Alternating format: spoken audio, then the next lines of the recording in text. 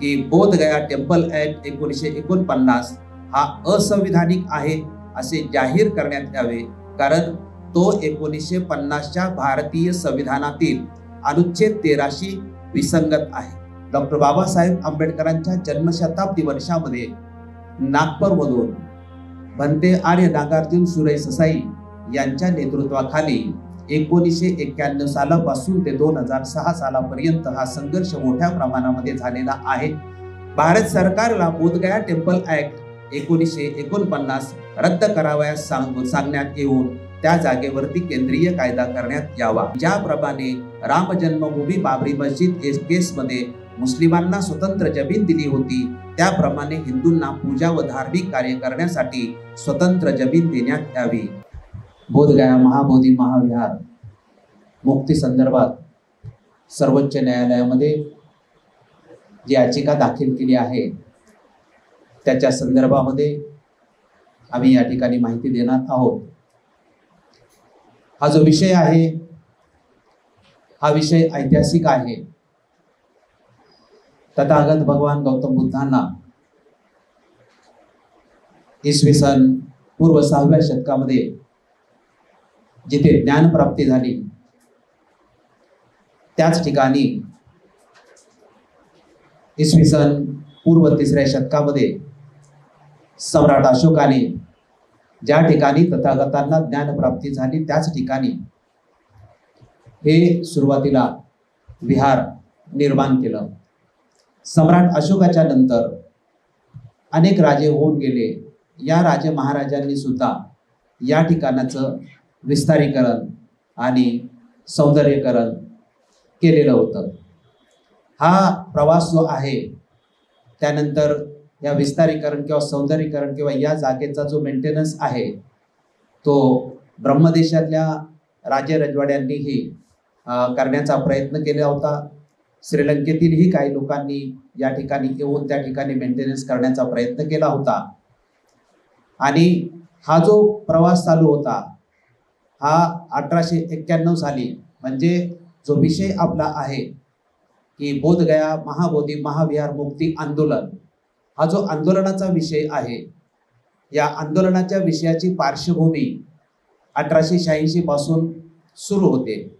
म्हणजे 1886 साली light of Asia हा जो ग्रंथ जगप्रसिद्ध झाला, त्या ग्रंथाचे लेखक सर एडविन अर्नॉल्ड यांनी 1886 साली बोधगयेला भेट दिली आणि बोधगयेमध्ये जे या महाबोधी महाविहाराचं जे चित्र होतं, ती जी परिस्थिती होती त्या परिस्थितीवरती त्यांनी लिखाण केलं. त्याचप्रमाणे विदेशामध्ये म्हणजे बौद्ध देशामध्ये जाऊन ही संपूर्ण परिस्थिती जी महाबोधी महाविहाराची आहे ही सांगून हे महाबोधी महाविहार आशिया खंडातील बौद्धांच्या ताब्यामध्ये घेण्यात यावं अशा प्रकारचा लिखाण आणि कन्व्हिन्सिंग जी आहे सर्वप्रथम सर एडविन अर्नॉल्ड यांनी केली. हिथून सुरुवात होते आणि त्यानंतर श्रीलंकेतून धम्मपाल जे आहेत हे भारतात 1891 साली येतात आणि ते या ठिकाणी बोधगया महाबोधी महाविहार मुक्त करण्याचा संकल्प करून आपला संघर्ष सुरू करतात. या आंदोलनाची न्यायालयीन पार्श्वभूमी त्या काळात म्हणजे 1891 सालापासून ते 1895 सालापर्यंत ची 5 वर्षाची आहे. म्हणजे त्या ठिकाणी धम्मपाल यांनी तथागत भगवान गौतम बुद्धाची मूर्ती बसवण्यासाठी प्रयत्न केला आणि त्यावेळेस भंतांनी त्यांना विरोध केला आणि त्यातून जो संघर्ष निर्माण झाला तो संघर्ष कलेक्टर, डिस्ट्रिक्ट कोर्ट आणि कलकत्ता हायकोर्ट पर्यंत जाऊन पोहोचला. 1895 ही कलकत्ता हायकोर्टची केस मोठी आहे, त्यामध्ये याचा संपूर्ण इतिहास पूर्णपणे लिहिलेला आहे. 1933 सालापर्यंत धम्मपाल यांनी हा संघर्ष महाबोधी महाविहार मुक्ती आंदोलनाचा जो संघर्ष आहे तो संघर्ष केला आणि 1933 सालापर्यंत त्या कालखंडामध्ये काँग्रेसचे महात्मा गांधी असतील किंवा मोठमोठी लोक असतील यांना सुद्धा भेटून हे महाबोधी महाविहार बौद्धांच्या ताब्यामध्ये मिळवण्यासाठी त्यांनी आपल्या अखेरच्या श्वासापर्यंत संघर्ष केलेला आहे. 1933च्या नंतर या 1922 साली महात्मा गांधींना भेटल्यानंतर त्यांनी आश्वासन दिलं होतं की भारताला स्वातंत्र्य मिळाल्यानंतर हे महाबोधी महाविहार जे आहे ते बौद्धांच्या ताब्यात नक्कीच आम्ही दिलं पाहिजे आणि तसा आम्ही देण्याचा प्रयत्न करू। त्याचाच एक भाग म्हणून आपण बघतो की 26 जानेवारी 1950 ला संविधान निर्माण झालं आणि 15 ऑगस्ट 1947 ला भारताला स्वातंत्र्य मिळालं।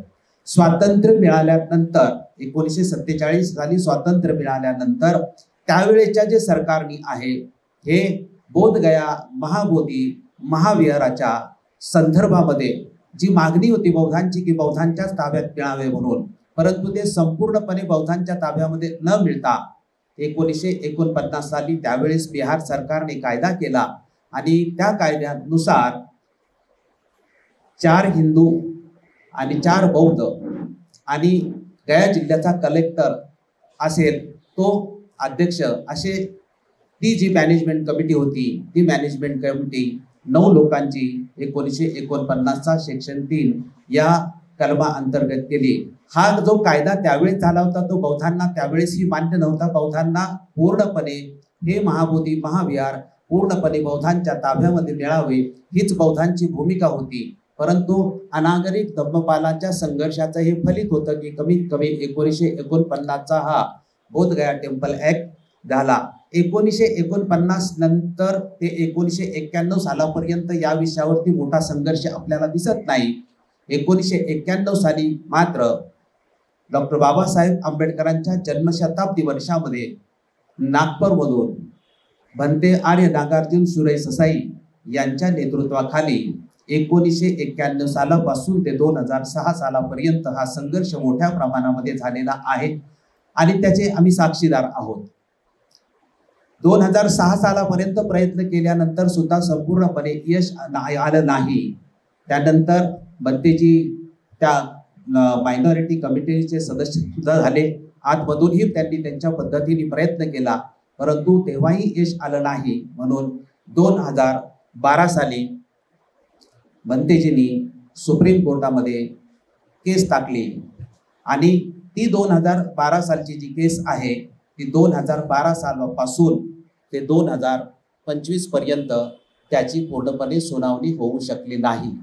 16 मेला 2025 ला जी सुनावणी झाली त्या सुनावणीमध्ये न्यायालयाने सांगितलं की फायनल हिअरिंग जी आहे ती 29 जुलै 2025 पासून आम्ही सुरू करतोय आणि त्या अगोदर 22 जुलैपर्यंत जर कोणाला देशामधल्या की या विषयाच्या संदर्भामध्ये इंटरव्हेन्शन करायचं असेल अफिडेविट करायचं असेल ज्यांना जे जे काही सादर करायचं असेल त्यांनी ते सादर करावं आणि त्याची 22 जुलै ही तारीख देण्यात आलेली होती।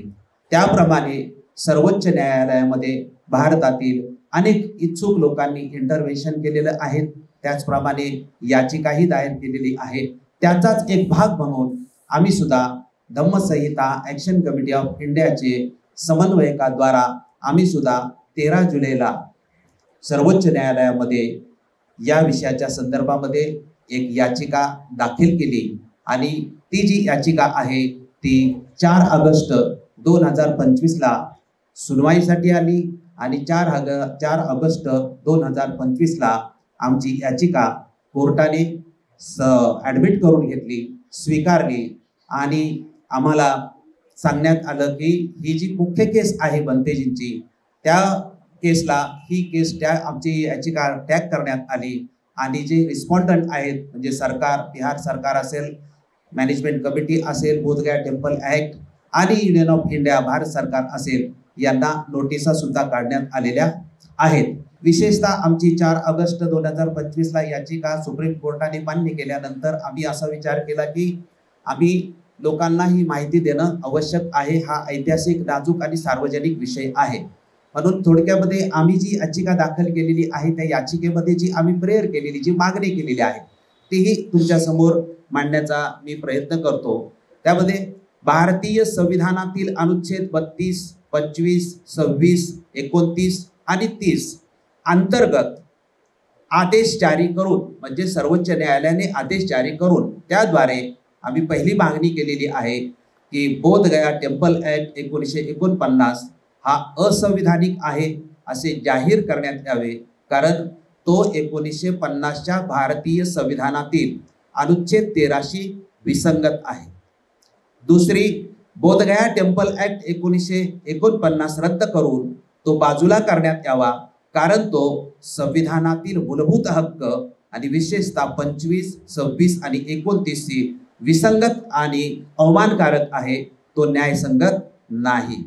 तिसरी, भारत सरकारला बोधगया टेम्पल ऍक्ट 1949 रद्द करावयास सांगण्यात येऊन त्या जागेवरती केंद्रीय कायदा करण्यात यावा. 4, भारत सरकारने केंद्रीय कायदा बनवून महाबोधी महाविहाराचं संपूर्ण नियंत्रण, व्यवस्थापन व प्रशासन बौद्धांच्या ताब्यामध्ये द्यावे.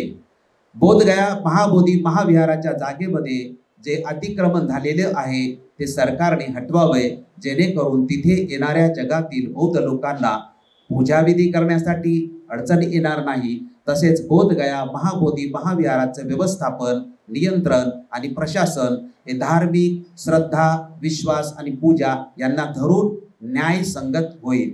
6, भारत सरकारला सांगण्यात यावे की ज्याप्रमाणे राम जन्मभूमी बाबरी मस्जिद केसमध्ये मुस्लिमांना स्वतंत्र जमीन दिली होती, त्याप्रमाणे हिंदूंना पूजा व धार्मिक कार्य करण्यासाठी स्वतंत्र जमीन देण्यात यावी. आणि शेवटची, भारत सरकारला सांगण्यात यावे की जगातील बौद्ध भिक्खू, बौद्ध अनुयायी आणि सर्वसाधारण लोक यांना बौद्ध धर्माप्रमाणे पूजाविधी करणे याचे पूर्णपणे स्वातंत्र्य मिळाले पाहिजे, कारण बोधगया महाबोधी महाविहार हे युनेस्कोने जागतिक विरासत म्हणून जाहीर केलेले आहे. ही आमची केसमधली प्रेयर आहे, आमची मागणी आहे. ही जी केस आहे 4 ऑगस्ट 2025 रोजी सर्वोच्च न्यायालयाने ॲडमिट करून घेतलेली आहे. आता 5 लोकांच्या वतीने आम्ही सर्वोच्च न्यायालयामध्ये ही याचिका दाखल केलेली आहे. ही एवढीच माहिती देण्यासाठी ही आजची पत्रकार परिषद आयोजित केलेली आहे. आपण सर्वांनी इथे उपस्थित राहून जे सहकार्य केलेलं आहे त्याबद्दल मी तुमचं आभार मानतो.